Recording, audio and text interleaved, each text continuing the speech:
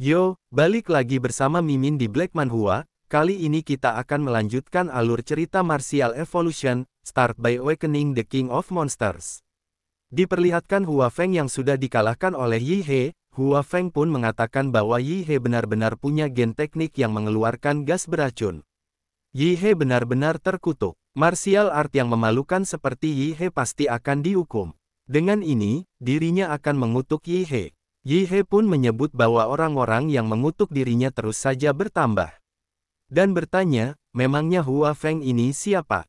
Beberapa hari kemudian saat ujian masuk perguruan tinggi di arena pusat Ancheng. Pembawa acara pun menyapa murid-murid dan memberitahu mereka, bahwa ujian penerimaan untuk warrior di universitas resmi dimulai. Dirinya berharap mereka semua mendapatkan keberuntungan dalam pertarungan. Ujian masuk dilakukan dengan sistem duel. Para peserta akan bertarung satu lawan satu. Pemenangnya melaju ke babak berikutnya. Ujian berlangsung selama 3 hari. 2 hari pertama adalah seleksi awal. Para peserta yang lolos akan bertanding pada hari ketiga. Dalam seleksi awal setiap peserta bertarung sebanyak 3 kali. Mereka yang lolos akan terus bertarung hingga menemukan sang juara. Pembawa acara pun menyebut bahwa mereka semua memikul masa depan umat manusia. Untuk itu bertarunglah untuk diri sendiri dan untuk seluruh umat manusia. Dengan ini dirinya resmi mengumumkan bahwa ujian masuk Ancheng telah dimulai. Kemudian terlihat saat ini seleksi 1 lawan 1 sudah dimulai di arena 1 dan arena 4. Dan saat ini di arena 6. Salah seorang peserta telah bersiap. Pembawa acara pun menyebut bahwa sepertinya ada masalah seleksi di arena 6. Salah satu peserta belum muncul. Pembawa acara pun segera memeriksa data pertarungan di arena 6.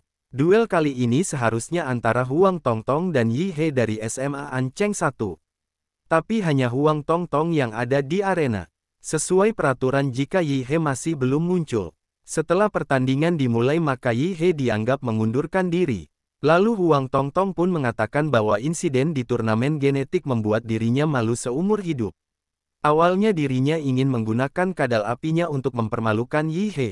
Tapi si pengecut itu malah bersembunyi dan tidak berani muncul.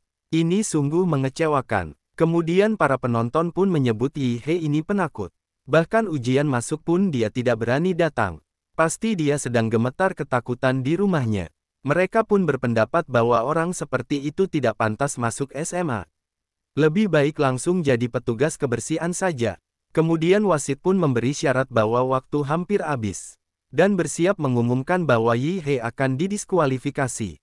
Namun sebelum peluit dibunyikan, para penguji merasa ada sesuatu yang datang dan auranya sangat kuat. Dan benar saja dari atas langit ada seseorang yang datang menuju arena. Mereka pun bertanya-tanya bagaimana mungkin seseorang memiliki kekuatan begitu besar hingga bisa terbang di udara. Dan benar saja Yi He datang dengan menarik perhatian semua orang, hingga mendarat di arena nomor 6. Huang Tongtong pun bertanya-tanya apa yang sedang terjadi dan tanpa Huang Tongtong sadari. Kini sebuah tendangan sudah hampir tiba tepat di mukanya. Dan seketika tendangan ini membuat Huang Tongtong terlempar. Yi He pun merasa lega karena tadi itu hampir saja. Jika tidak dirinya harus datang lagi tahun depan. Dan Huang Tongtong pun kini kembali tidak sadarkan diri saat bertemu dengan Yi He. Dan seketika wasit pun mengumumkan bahwa Yi He pemenangnya. Yi He pun agak kaget karena selesai begitu cepat. Penonton pun bersorak dengan hal ini dan menyebut Yi He sangat kuat. Satu tendangan saja cukup mengalahkan lawan. Selain itu cara masuknya juga sangat keren. Mereka pun bertanya-tanya apakah ini yang dinamakan tendangan dari langit. Kemudian saat ini status Yi He diketahui bahwa kemampuan fisiknya sudah berada di 226 poin. Dan tingkat kompatibilitas template Mad di Mola berada di angka 20%. Yi He pun mengatakan bahwa Lin Hei memberinya Blood Jet sebagai ucapan terima kasih. Itu membantunya meningkatkan fisiknya. Butuh sedikit waktu tapi sekarang mereka akan menyaksikan pertunjukan yang sesungguhnya. Kemudian selanjutnya Yi He pun kini berhadapan dengan Long Tao. Dan nyatanya Yi He kembali menang dengan mudah. Begitu juga dengan pertandingan berikutnya. Penonton pun bersemangat dan bersorak untuk Yi He karena Yi He selalu menang. Dengan satu tendangan tanpa membuang waktu. Dan dengan ini Yi He telah memperoleh 3 kemenangan berturut-turut dan lolos ke babak ketiga. Kemudian saat ini Yi He seketika menjadi populer dan banyak perekrut dari universitas lain berdatangan untuk merekrut Yi He. Hingga seseorang bertanya apakah Yi He sudah memilih universitas mana yang Yi He inginkan. Mendengar hal ini Yi He pun dengan lantang menyebut bahwa dirinya ingin masuk Universitas Wadu. Mendengar hal ini orang-orang pun seketika menjauh dan menyebut Yi He yang baru menang beberapa pertandingan saja sudah sombong. Mereka yakin Yi He pasti akan gagal. Seseorang pun mengingatkan Yi He jika Yi He gagal jangan lupa untuk menghubunginya. Mereka dari sekolah swasta akan menampung Yi He. Yi He yang melihat respon mereka pun bingung dan bertanya apakah mereka benar-benar tidak percaya pada dirinya. Namun Yi He sendiri tidak menyalahkan mereka. Universitas Wadu adalah sekolah pertarung terbaik di Asia. Salah satu dari 5 universitas top dunia. Tempat suci bagi semua pertarung. Dari kota tingkat 2 seperti Ancheng, hanya beberapa peringkat teratas yang bisa masuk ke tempat itu. Dengan ini, pertarung harus membuktikan diri dengan kekuatan. Setelah dirinya meraih juara, Yi He pun menantikan apa yang akan mereka katakan. Lalu tak berselang lama 2 orang petugas pun datang dan memohon kerjasama dengan mereka. Mereka akan melakukan tes ulang untuk mengukur level pertarungan Yi He. Setelah diukur, petugas pun kaget. Ternyata Yi He tingkat pertarung 9. Padahal setengah bulan yang lalu, Yi He masih di tingkat 3. Yi He yang melihat ini pun agak kaget dan menilai tidak mungkin naik secepat ini hanya dalam waktu 3 bulan. Yi He pun bertanya-tanya apakah mereka akan berpikir dirinya curang. Petugas pun mengatakan setelah pemeriksaan, mereka menemukan bahwa Yi He sering pergi ke zona rahasia tingkat E setelah meninggalkan sekolah. Petugas pun bertanya mengapa Yi He pergi ke tempat berbahaya seperti itu sebelum ujian. Yi He pun dengan percaya diri menyebut bahwa itu untuk memperkuat diri. Sebelum ayahnya pergi, dia meninggalkan satu pesan. Jika ingin melampaui manusia, jangan hidup seperti manusia. Itu sebabnya dirinya terus bertarung di zona rahasia. Melalui pertempuran demi pertempuran hingga akhirnya dirinya berhasil membuka kunci bakatnya. Petugas pun kaget mendengar ini dan bertanya apakah Yi He benar-benar telah membuka kunci bakat. Petugas pun cakat-cakat berlari dan menyebut ini masalah besar dan harus segera dilaporkan. Yi He pun menilai bahwa sepertinya dirinya tiba-tiba menjadi subjek pengawasan penting. Lalu saat ini Yi He melihat sebuah siaran langsung di mana para orang tua sedang menyemangati anak-anak mereka yang sedang berjuang. Yi He pun tidak menduga bahkan ada siaran langsung yang mewawancarai orang tua dan kerabat peserta ujian. Yi He pun sejenak berpikir dan menyebut bahwa sepertinya tidak ada satupun yang mendukungnya. Benar-benar seperti yatim piatu yang tidak punya siapapun. Namun tanpa Yi He ketahui bahwa sang guru sedang menyemangati Yi He dari balik layar televisi. Lalu kembali ke arena. Pembawa acara pun menyebut bahwa putaran pertama balok final akan dimulai. Antara Yi He dari Ancheng nomor 1 dan Luo Xuan dari Ancheng nomor 3.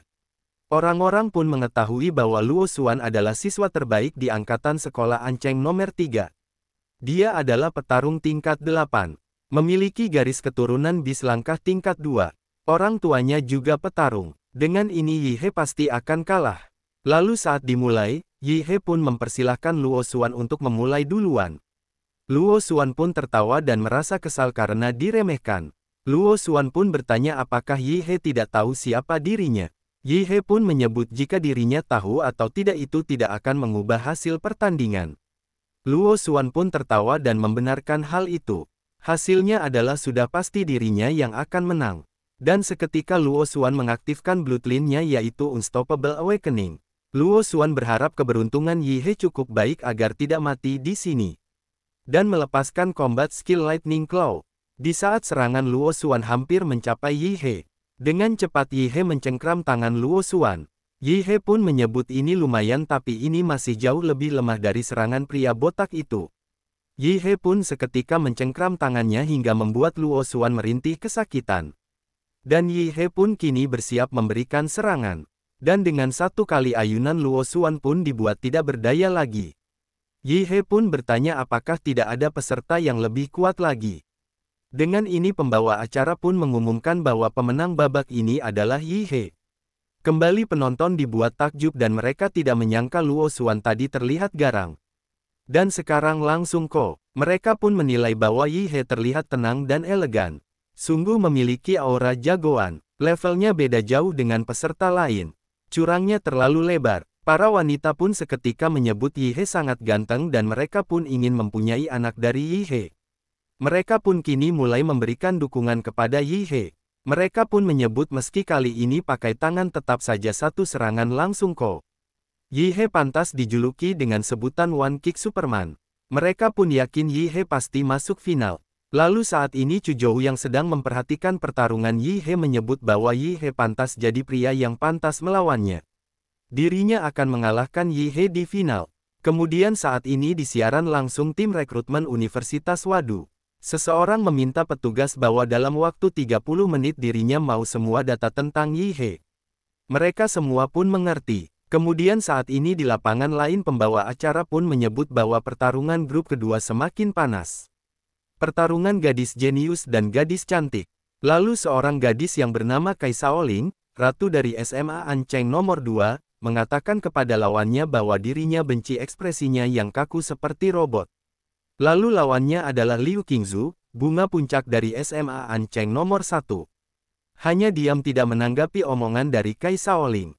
Dan seketika pertarungan pun dimulai.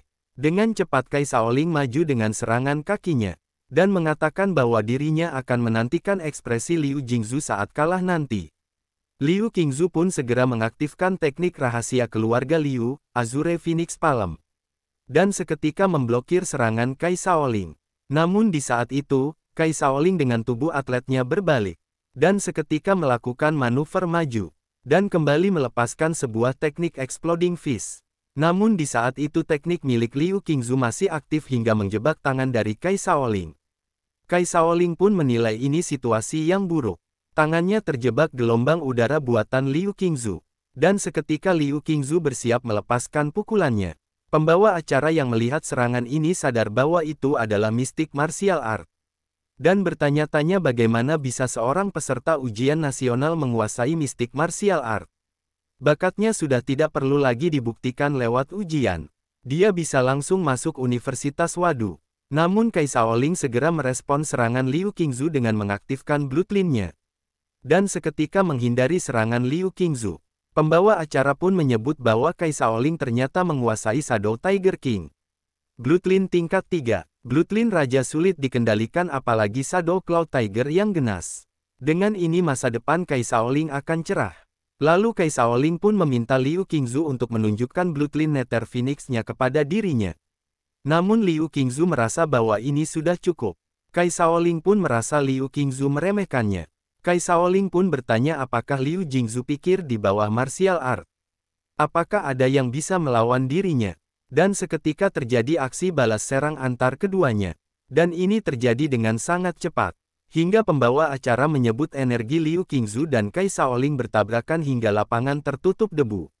Dengan ini siapakah yang akan bertahan? Hingga pada akhirnya pembawa acara melihat Kai Shaoling masih berdiri. Namun nyatanya tidak berselang 1 detik. Secara perlahan Kai Shaoling pun jatuh.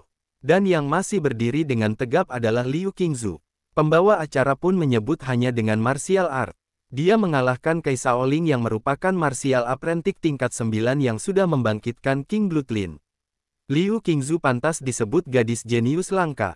Dengan ini Liu Qingzu adalah pemenangnya. Orang-orang pun menyebut bahwa Liu Qingzu terlalu kuat.